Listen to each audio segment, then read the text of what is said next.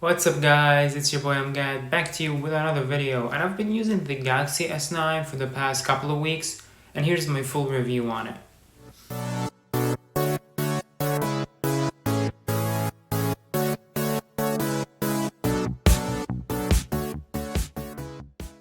Starting with the design.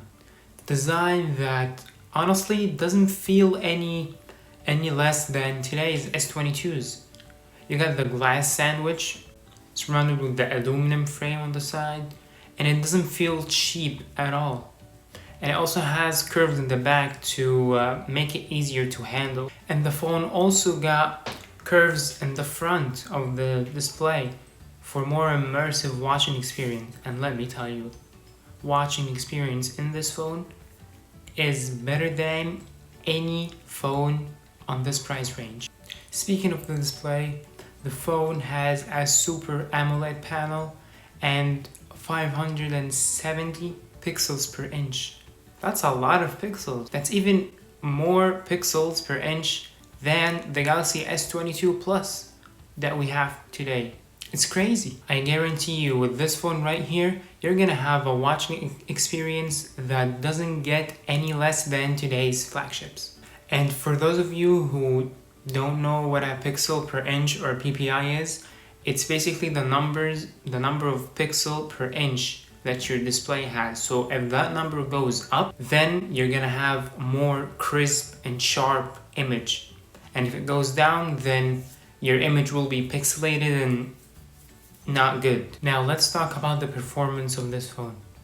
And it's actually impressive to me regarding the age of it. This phone is 4 years old. It was released back in 2018. And it got the Snapdragon 845 chips, it's only one chip. The Snapdragon 845 chip and 4 gigs of RAM. And the phone can handle everyday use with no problems whatsoever and light games.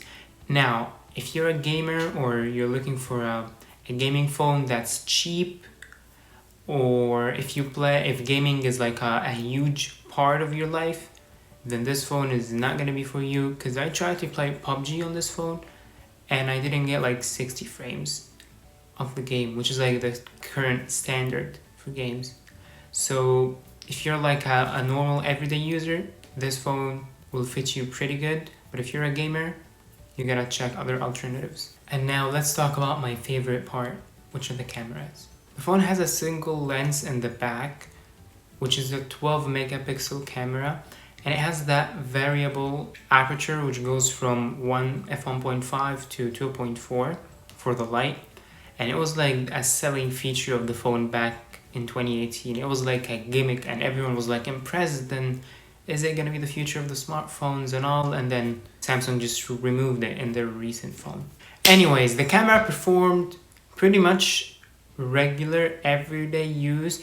It's like between the excellent and then the good. It's like something in between good and excellent, in the middle, right? Because at the perfect lighting situations, the camera will be pretty good. It's not definitely the best, but it will do the job. And I took a couple of photos and a couple of selfies even on the front. The phone got 8 megapixel camera in the front, which is okay. It's not bad and it's not excellent. It's just moderate, right? And it can shoot a 4K video from the rear camera, right? And it can shoot up to 2K resolution video from the front one.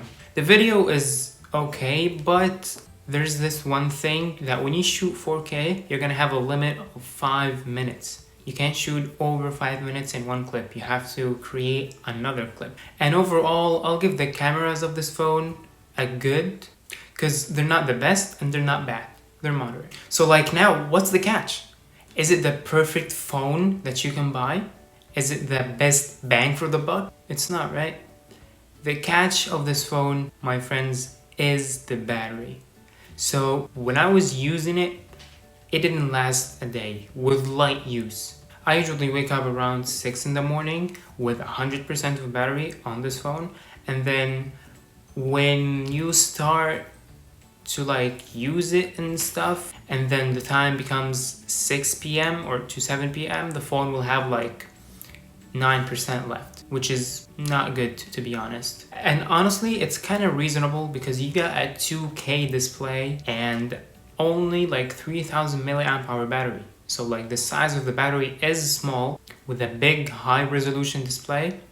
So it makes sense. So who should buy this phone? And let me tell you, it's for people who are looking for a secondary phone. I personally bought it as a secondary camera for YouTube, right? So you can do the same if you want. Or maybe buy some of the other alternatives with the same price range. Or if you're a father and it's time for your kid to have a phone, then this could be the one. Alright, that was it for me in this video. Thank you guys so much for watching. If you enjoyed the video, please give it a like. Also subscribe and follow me on Twitter and Instagram and Facebook. The links will be all in the description below. This was Amgad and I'll see you next time.